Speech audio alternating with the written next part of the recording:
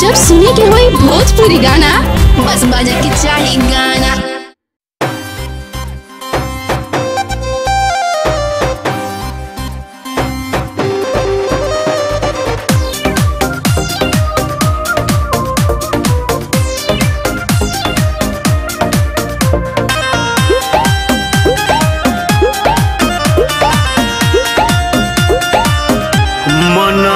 धुआइल बड़ुए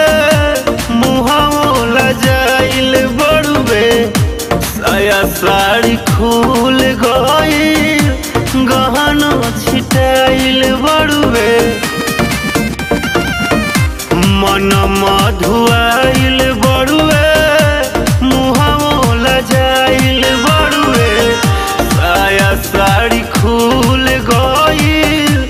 गहना छिटाइल बड़ुए कोई से बताई सैया कैले का हलतिया हो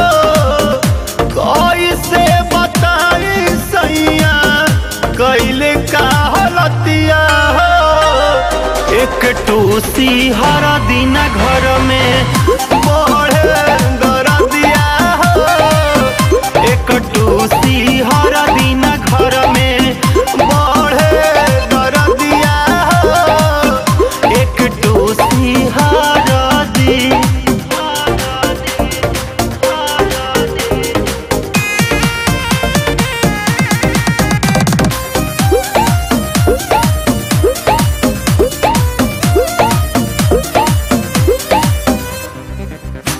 कटला से गाल हमार भइल बा गजब के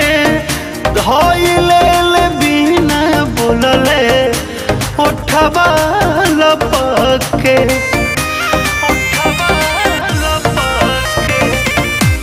बहिया मोरी चूरी भोरी देले हाथ के एको बेर नहीं सुनले सैया हमारा बात के कि सोचले न रहनी भइल ओतना दूर गतिया सोचले न रहनी भइल ओतना दूर गतिया हरदी के टूसी न घर में बढ़े दरदिया एक टूसी हर दिन घर में बढ़े दरदिया एक टूसी हर दिन।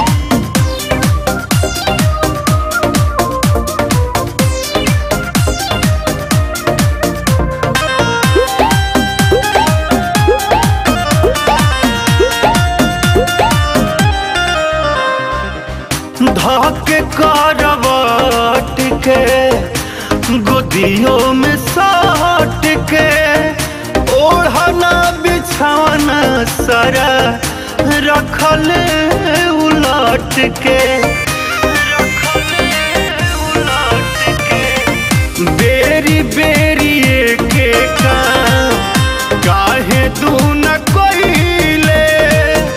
खुद माजा पहिले सैया हमके रोआइले जबरी उतरले हमार नकिया के नथिया जबरी उतरले हमार नकिया के नथिया एक टूसी हर दिन घर में बढ़े दरदिया एक टूसी हर दिन घर में बढ़े दरदिया एक टूसी हर दिन।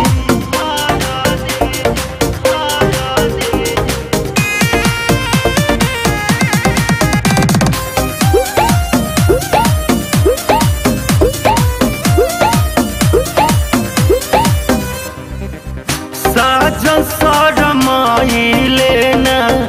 काट काटी कोइले मन के खिलावना नियन हमके खिलाइले रजौरा के रखले बिगाड़ के नैना नसीला लागल पहले कुछ मार के तक रहे सोनू जवान भइले उहे बतिया तक रहे सोनू जवान भइले उहे बतिया हरदी के टूसी न घर में बढ़े दिया एक टूसी हरदी न घर में बढ़े दिया एक टूसी हरदी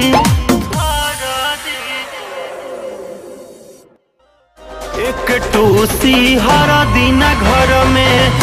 बढ़े दिया एक टूसी